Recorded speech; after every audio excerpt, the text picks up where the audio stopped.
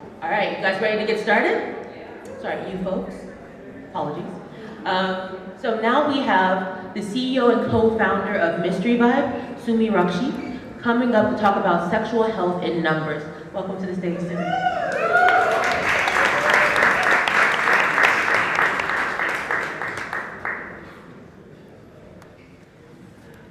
Today, it's not a talk, it's literally a bunch of numbers that I want to put out there, which will explain beyond doubt, because numbers don't lie, that sex is not the issue.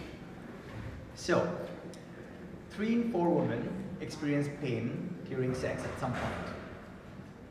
90% of new moms experience painful sex after childbirth. And what is more, is even 18 months after childbirth, 1 in 2, half of women experience pain during sex. And 60% of adult women have kids. Half the world's population are women. We're talking about a billion plus people. So it's not niche. 90% of women experience menstruation pain. However, only 20% ever seek medical attention. And 1 in 4 experience menstruation pain to the point that they can't even function properly. They can't go to work, they can't sit straight. And these are big numbers. And it matters because when someone says, I have pain and I can't work, it's not to be dismissed. 50% of women suffer from incontinence, and this is often a result of childbirth, pelvic floor being weak. But 50% of women also do not know how to actively look after their pelvic floor. So it is not that it's an inevitability that 1 in 2 women will have incontinence. What happens is they don't know what to do about it. They don't choose to go to a specialist, or they don't know who to speak to. 86 is basically almost everyone, menopausal, postmenopausal, suffer from sexual dysfunction, and that could be dryness, arousal disorder, and it's extremely common. It is almost unheard of not having something. And 1 in 2 will develop vaginal atrophy within 2 years, a few years of menopause. And the estimated population of women in the world who will have menopause or be postmenopausal by the year 2030, which is the end of this decade, is 1.2 billion.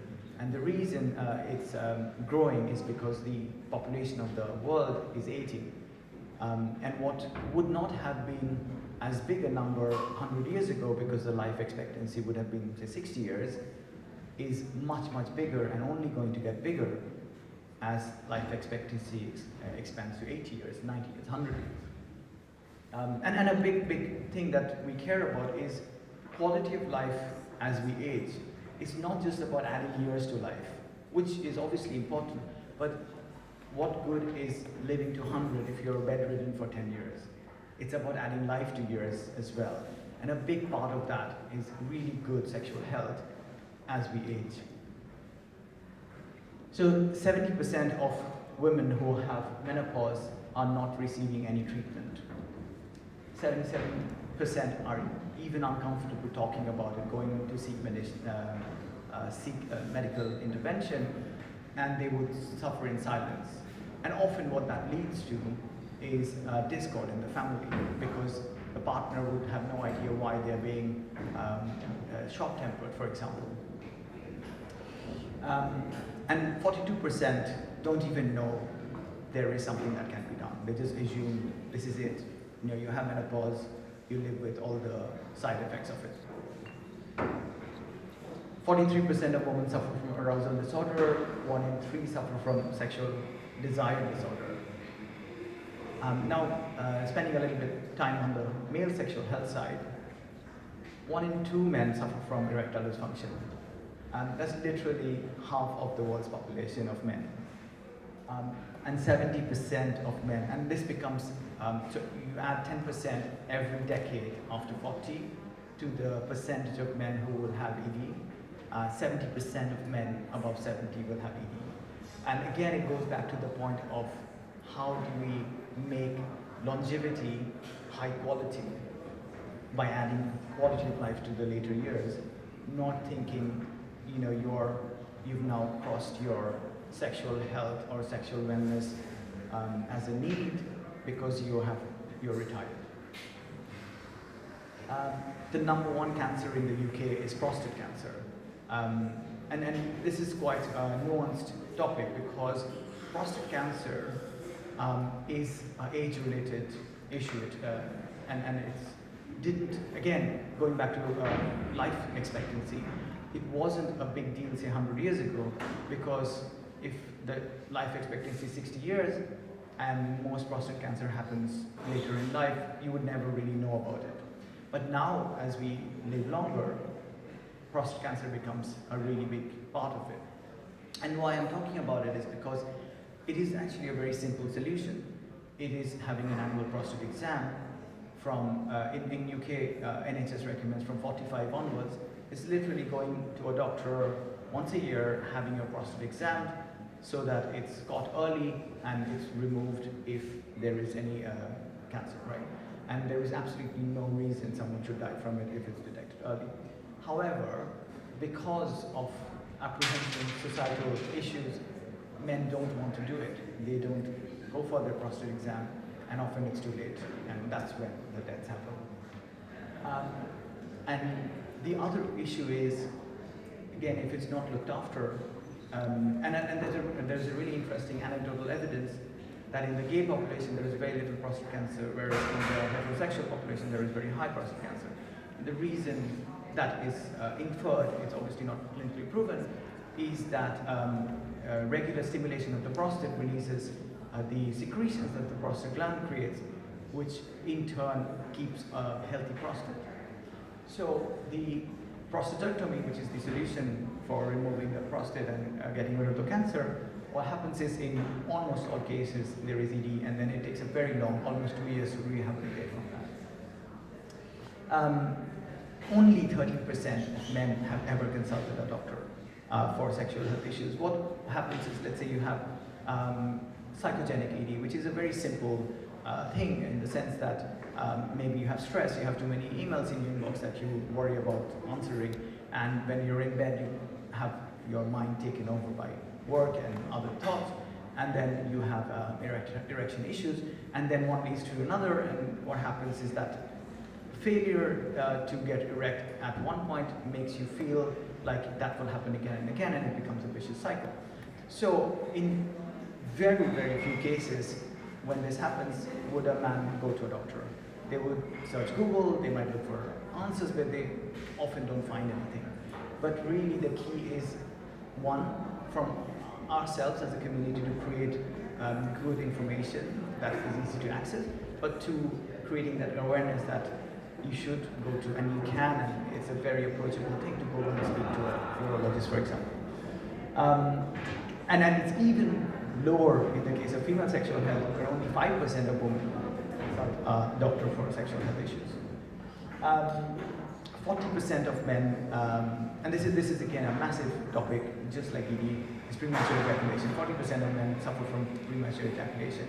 And there is stuff now happening in this space, but there is a lot more to do.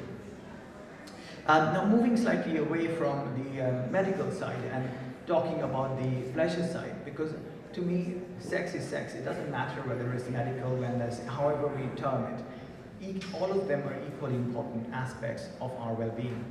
So 87% of men watch porn weekly, whereas only 29% of women watch porn. And often, the reason is not that they don't desire it, it's because the great content that is being created, often by women, for women, is not, it's hidden, it's not known, it's not marketed. They don't have the same avenues that the big tube sites have in getting across to billions of people. So there is a major gap here of making really good content which already exists accessible, so that number can be much higher. Tech, and this is really interesting because often sex leads the way for big tech to be adopted. What happened with Betamax, VHS, DVD, Blu-ray, all of these, when they started, they were competing factions. And the ones that were adopted by often adult movies became the mainstream technology of the day. And the same applies to internet. In the early days after the defense created the internet, a lot of it was used for adult consumption. And then as at some point, even in the last decade, was 50% of the traffic was adult content. So a lot of the technology that we use day to day is here thanks to the adoption of pleasure. And I think VR is one of the best examples now where people are willing to invest money in buying VR goggles and VR content if it's adult, because that's truly rewarding. Whereas they might not care about paying for a VR goggles to watch a football match. So because that was something that was touted as things that people care about, but it never really did. 1 billion is the current worth of the VR business, which even now is big but can be much bigger. Delving into a few other little nuggets. 1 in 2 Americans don't remember having any sex education, and 1 in 2 say the sex education they got was abstinence only. And these are data that we have. Obviously, there is much lower numbers in countries like where I come from, in India. That would probably be 1 in 10. And that is, again, a major problem, because even talking about porn, for an example, it is the perfect thing to talk about in sex education. Putting it into context, saying porn is filmmaking, it is fantasy, it's no different from Harry Potter. You watch Harry Potter, you don't jump on a broom and jump off. Right? You watch porn if your parents or your teachers explain, yes, it's great, it's fun, but it literally is a fantasy movie. These are actors, they work out 3 hours a day to look as good as they do. This is not what you expect in normal life. So, and that's it. There is nothing good or bad, it's just context, and it's putting those things into context. So now, robots, sex robots. And the reason I'm talking about these things is because I wanted to use my time to set the scene for the rest of the day and put things into context where every part of sex tech matters. What might be considered niche today, sex robots, may be extremely valuable in a few years.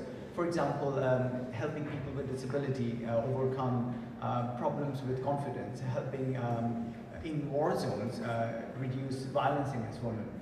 So sex with robots can be extremely valuable when you understand the context, and it's not to be dismissed. So 1 in 4 men would consider currently having sex with a robot, whereas 1 in 10 women would. And again, the reason might be that a lot of the research and work has been in male-facing sex robot development. However, that doesn't mean that it doesn't need to be done on the other side. So 42% of US adults, and the reason I have a lot of US stats is because there's a lot more data available in the US. 42% of US adults would feel getting on with a robot is safer than getting on with a human. And there is obviously a negative aspect to that is often now we crave human connection, but we don't always get it. Especially during COVID, it got worse. So 39% of people wish they were touched more by people they care about. 34% have never been touched the way they like to in a relationship, physically. Not far now. And 20% of couples are in sexless relationships. And this kind of culminates from a lot of things that we were talking about earlier. So let's say you have a kid, you have pelvic pain, you have painful sex even after 2 years, and every time you have sex, it is an ordeal and you really don't want it. And you don't do anything about it, you don't go to a doctor, you don't see a pelvic therapist, you don't get your problems addressed. Then eventually your marriage becomes, or relationship becomes sexless, and then 50% of marriages in the US end up in divorce. So it is a significant thing, obviously, but often it starts from something very small that is not dealt with Not dealt with medically, not dealt with from a conversation perspective in having chats with your partner, not dealt with from an education perspective, but eventually it leads to something much, much bigger. And then I wanted to finish off with this slide because our goal is how do we improve quality of life? At the very high level, that's really it, quality of life. It doesn't matter how it is done, whether it's a medical solution, it's a pleasure solution, it's a content solution, it's information. Every little thing helps with quality of life, and quality of life is significant. And it is the best way to have a better life, is to improve the quality of every little thing we do in life. So 43% of women report increased quality of life when they improve their sexual health. And 62% of men report increased quality of life when they improve sexual health. And I think this is where, again, the numbers could be even higher, but these are already big numbers where sexual health is so fundamental to something very wide, very generic as quality of life, which everyone would agree. There is no question that everyone agree that is an important part of our existence, and which is why sex is not niche. Thank you.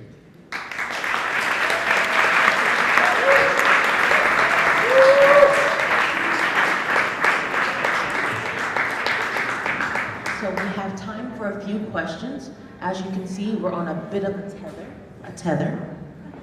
So if you have a question, can you just come to the middle? I know, spotlight, but we have limitations. Okay, so we have one question here. You can even start making a queue if you'd like.